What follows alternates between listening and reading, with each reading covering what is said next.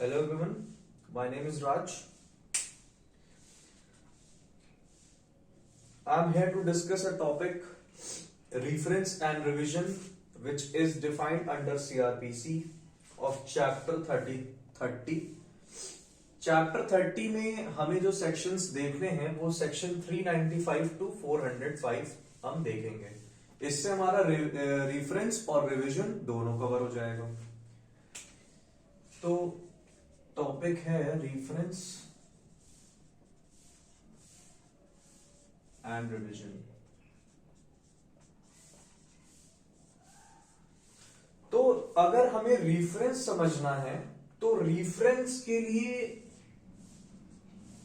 हमें दो सेक्शन जो है वो ध्यान से देखना पड़ेगा कि दोनों सेक्शन क्या क्या रहा है। ठीक है, सेक्शन 395 एंड सेक्शन 396।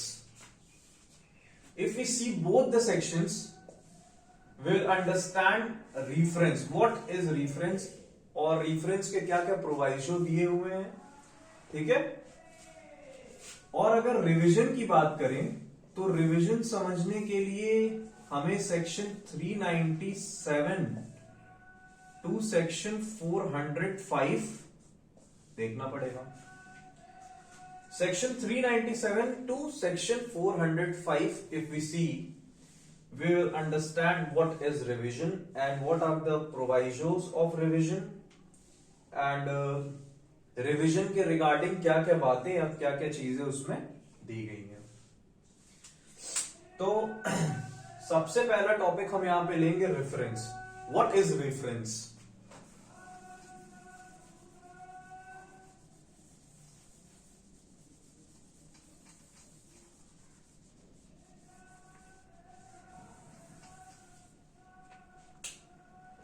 तो सबसे पहला हमारे मन में सवाल आता है, व्हाट इज रेफरेंस? रेफरेंस क्या होता है? तो सबसे पहली चीज तो हमारे ये दिमाग में आएगी, क्या रेफरेंस सीआरपीसी में कहीं है? ये टर्म जो रेफरेंस है ये सीआरपीसी में कहीं डिफाइंड है? No, term reference is not defined under CrPC. तो क्या इसका मतलब है कि रेफरेंस को कोई डेफिनेशन हम नहीं दे सकते? रेफरेंस समझने के लिए कोई डेफिनेशन हम नहीं दे सकते। क्यों नहीं दे सकते? देखते हैं रेफरेंस की डेफिनेशन, इजी लैंग्वेज में देखेंगे। तो रेफरेंस क्या है? रेफरेंस एक प्रोसेस है। What is reference? Reference is a process by which lower court यानी सबऑर्डिनेट कोर्ट्स, किसके सबऑर्डिनेट्स? हाई कोर्ट के subordinate. Reference is a process by which lower court या फिर subordinate court seeks the opinion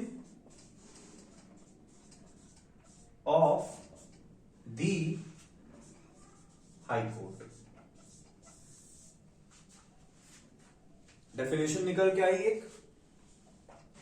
तो reference क्या है? Reference एक process है जिसकी मदद से लोअर कोर्ट या फिर सबऑर्डिनेट कोर्ट कह लो, लोअर कोर्ट कह लो, कुछ भी कह लो। ठीक है, क्योंकि ये सबऑर्डिनेट किस कोर्ट के हैं? हाई कोर्ट के हैं।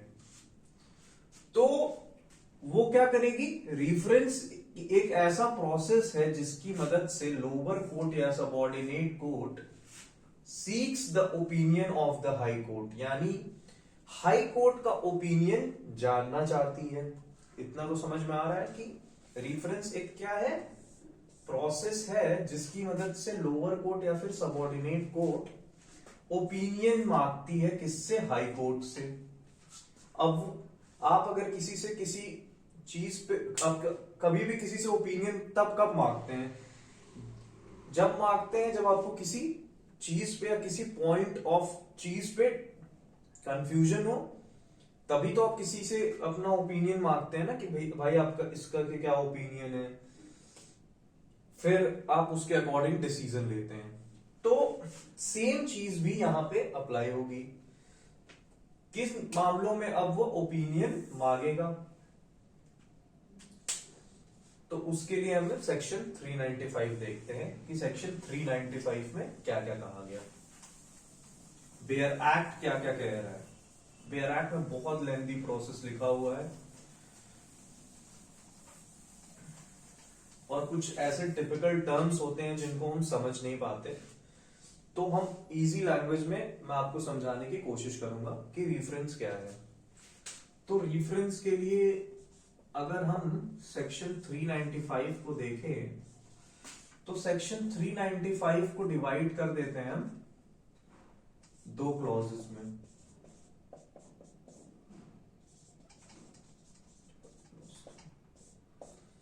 अब हम रेफरेंस को भी दो पार्ट में डिवाइड कर देते हैं। ये डिवीजन आपको कहीं भी बुक में या बेयर एक्ट में किसी भी कहीं भी नहीं मिलेगा, ठीक है। और ये टर्म से समझाने की कोशिश करूंगा मैं कि रेफरेंस है क्या। तो अगर सेक्शन 395 क्लॉज 1 को देखे तो वो जनरल रेफरेंस की बात करता है, जनरल रेफरेंस की बात करता है। और सेक्शन 395 क्लॉज 2 को देखें तो वो रेजिडुअरी रेफरेंस की बात करता है।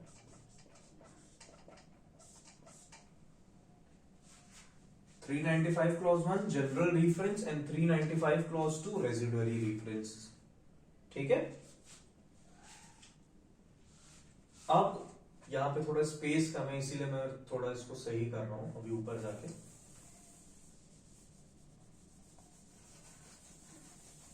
अभी मैं दोबारा लिख रहा हूं सेक्शन 395 का अगर डिवीजन करें तो सेक्शन 395 क्लॉज 1 था, ठीक है, जनरल रेफरेंस, और सेक्शन 395 क्लॉज 2 था रेजिडुअरी रेफरेंस।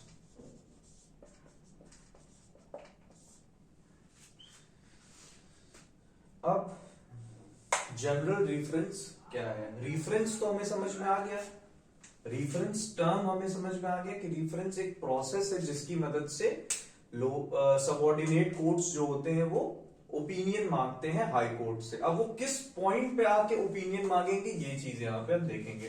तो जनरल रेफरेंस अगर हम देखें तो वो कोई भी court, any court subordinate to high court, कोई भी कोर्ट, कोर्ट ऑफ मैजिस्ट्रेट हो गया, कोर्ट ऑफ सेशन हो गया, जुडिशियल मैजिस्ट्रेट हो गया, मेट्रोपॉलिटन मैजिस्ट्रेट हो गया, तो एनी कोर्ट जो सबऑर्डिनेट क्या हो हाई कोर्ट के। हाई कोर्ट को गार्जियन माना जाता है, सारे लोअर कोर्ट्स का गार्जियन माना जाता है हाई कोर्ट को, ठीक है, क्योंकि सारे कोर्ट्स जो होते हैं डिस्ट्रिक्ट वाइज या हो गया स्टेट के अंदर हो गया, तो हाई कोर्ट के अंदर ही फंक्शन करते हैं। तो यहां पे जनरल रेफरेंस हम देख रहे थे, तो जनरल रेफरेंस में रेफरेंस तो आपको समझ में आ गया। तो जनरल रेफरेंस क्या है। जनरल रेफरेंस ऐसा रेफरेंस है जो कोई भी court subordinate to high court होना चाहिए बस, अगर उस कोर्ट के सामने मान लो कोई केस चल रहा हो, ठीक है, कोई ट्रायल चल रहा हो, और उस ट्रायल चलते चलते कोई एक्ट आया हो सामने, या फिर कोई ऑर्डिनेंस आया हो सामने, या फिर कोई रेगुलेशन आया हो सामने, जिसके ऊपर जिसकी कॉन्स्टिट्यूशनल वैलिडिटी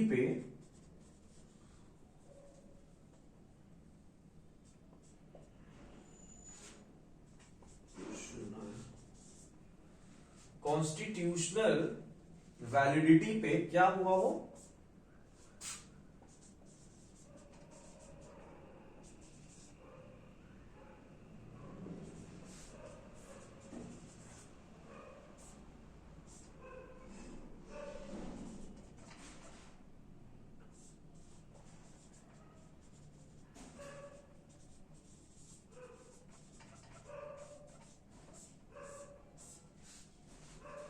भी एक्ट, ऑर्डिनेंस या रेगुलेशन के कॉन्स्टिट्यूशनल वैलिडिटी पे सवाल उठाओ, क्वेश्चन उठाओ कि ये एक्ट जो है या फिर ये ऑर्डिनेंस जो है या फिर ये रेगुलेशन जो है ये इम्प्रॉपर है, और इस इम्प्रॉपर एक्ट या ऑर्डिनेंस या रेगुलेशन को या फिर वो समझ नहीं पा रहे हैं या फिर उनको ऐसा लग रहा है, इनको लोअर कोर्ट्स को, जो कि ट्रायल चल रही है जहां पे, और वहां पे क्या अराइज हुआ है, क्वेश्चन अराइज हुआ है, कॉन्स्टिट्यूशनल वैलिडिटी पे सवाल उठा है किसी एक्ट, ऑर्डिनेंस या रेगुलेशन के, ठीक है, कि उनको ऐसा लग रहा है कि ये एक्ट इम्प्रॉपर है या फिर ये एक्ट इंप्लीमेंट हम नहीं कर सकते हैं यहां पे। तब क्या करेंगे वो, ओपिनियन सीक करेंगे। अब थोड़ा पिक्चर क्लियर हो रहा है। अब वो ओपिनियन सीक करेंगे हाई कोर्ट से। किससे करेंगे, हाई कोर्ट से।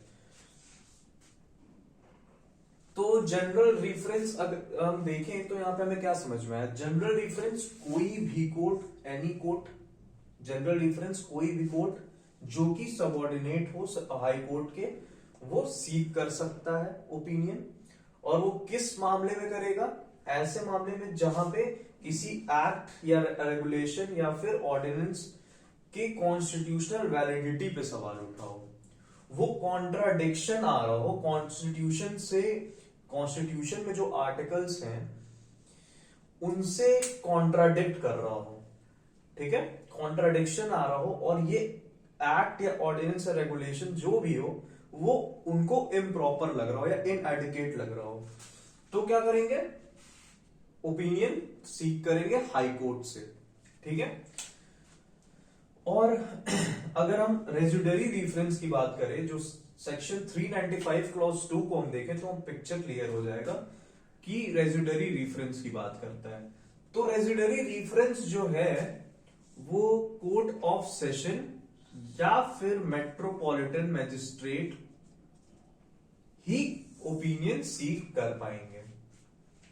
यहां पे एक रेस्ट्रिक्शन लगा दिया गया, यहां पे एक लिमिटेशन लगा दिया गया कि क्या कोर्ट ऑफ सेशन या फिर मेट्रोपॉलिटन मैजिस्ट्रेट ही जो है वो ओपिनियन सीक कर सकते हैं रेजिडरी रेफरेंस में, सेक्शन अंडर सेक्शन 395 क्लॉज 2। और ये किस मामलों में सीक करेंगे ओपिनियन, ये किस मामलों में सीक करेंगे, तो इनका कह दिया गया कि ये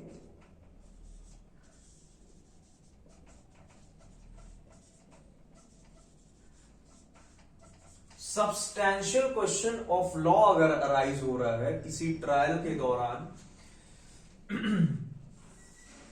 क्या अराइज हो रहा है, substantial question of law arise हो रहा है, किसी लॉ पे कोई ऐसा लॉ हो जिसका एक सब्सटैंशियल पार्ट यानी कि मोस्ट इंपॉर्टेंट पार्ट, ऐसा क्वेश्चन अराइज हो रहा हो, और ये सब्सटैंशियल क्वेश्चन ऑफ लॉ इतना इंपॉर्टेंट होता है जिसकी मदद से, ये समझ लो इसके बाद लास्ट होता है स्टेज, जजमेंट का स्टेज होता है इसके बाद। अगर ये substantial question of law proof हो गया कि जो अराइज हुआ है वो मैटर सॉल्व हो गया, सब्सटैंशियल क्वेश्चन ऑफ लॉ जो अराइज हुआ है, ओपिनियन मांगे, हाई कोर्ट ने ओपिनियन दिया, उसके बाद जो है तुरंत जजमेंट आ जाना है, उसके तुरंत बाद ही जो है जजमेंट आ जाना है। तो हमें क्या देखने को मिला यहां पे कि सब्सटैंशियल क्वेश्चन ऑफ लॉ जो है ऐसा क्वेश्चन होता है जिसपे on which the judgement is dependent, on which the judgement is depend. तो रेजिडरी रेफरेंस में रिस्ट्रिक्शन हो गया कि कोर्ट ऑफ सेशन और मेट्रोपॉलिटन मैजिस्ट्रेट ही रेफरेंस सीक कर सकते हैं या फिर ओपिनियन सीक कर सकते हैं, और ये ओपिनियन वो मांगेंगे किससे, हाई कोर्ट से, अंडर सेक्शन 395 क्लॉज 2, ठीक है। और हाई कोर्ट जब ओपिनियन देगा तो ये ओपिनियन इन लोअर कोर्ट्स पे बाउंड होगा, क्या होगा, बाउंड होगा, ये दोनों बाउंड होंगे, उसी ओपिनियन पे ही उन्हें जजमेंट देना है, ठीक है। आई थिंक इतना अंडरस्टूड है, ठीक है। जनरल रेफरेंस और रेजिडरी रेफरेंस जो मैंने अलग अलग करके समझाने की कोशिश की है, वो आपको पिक्चर क्लियर हुआ होगा कि जनरल रेफरेंस में any court subordinate to high court आ रहा है, और वो किस पे पूछ रहे हैं, कॉन्स्टिट्यूशनल वैलिडिटी पे। अगर किसी एक्ट, ऑर्डिनेंस या रेगुलेशन का अराइज हुआ है तो कॉन्स्टिट्यूशनल वैलिडिटी पे सवाल उठा है। और रेजिडरी रेफरेंस में लिमिटेशन लगा दिया गया कि कोर्ट ऑफ सेशन या फिर मेट्रोपॉलिटन मजिस्ट्रेट ही जो है ओपिनियन मांग सकते हैं। और वो किस चीज पे ओपिनियन मांगेंगे, तो substantial question of law arise हुआ हो। Look, substantial question of law and substantial question of fact both are different thing, ठीक है। दोनों में अंतर है, काफी अंतर है। और इस अंतर पे ही एक जजमेंट आया था। केस का नाम है एम्परर वर्सेस मौला फजल करीम का, ठीक है। एम्परर, इसको मैं इरेज कर रहा हूं।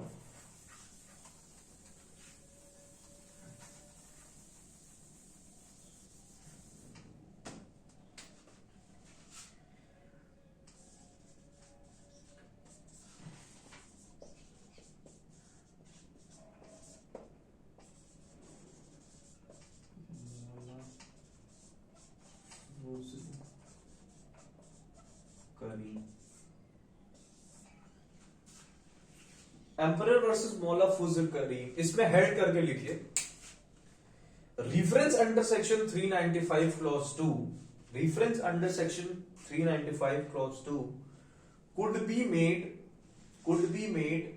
only on question of law, not on a question of fact। तो क्या बोला, reference under section 395 clause 2 could only be made on question of law, not on question of fact। तो ये हेड आया, ये काफी इंपॉर्टेंट केस है, इससे क्वेश्चन आता है, ठीक है। आई होप आपको ये वीडियो अच्छी लगी होगी, तो please like and subscribe my channel. Thank you.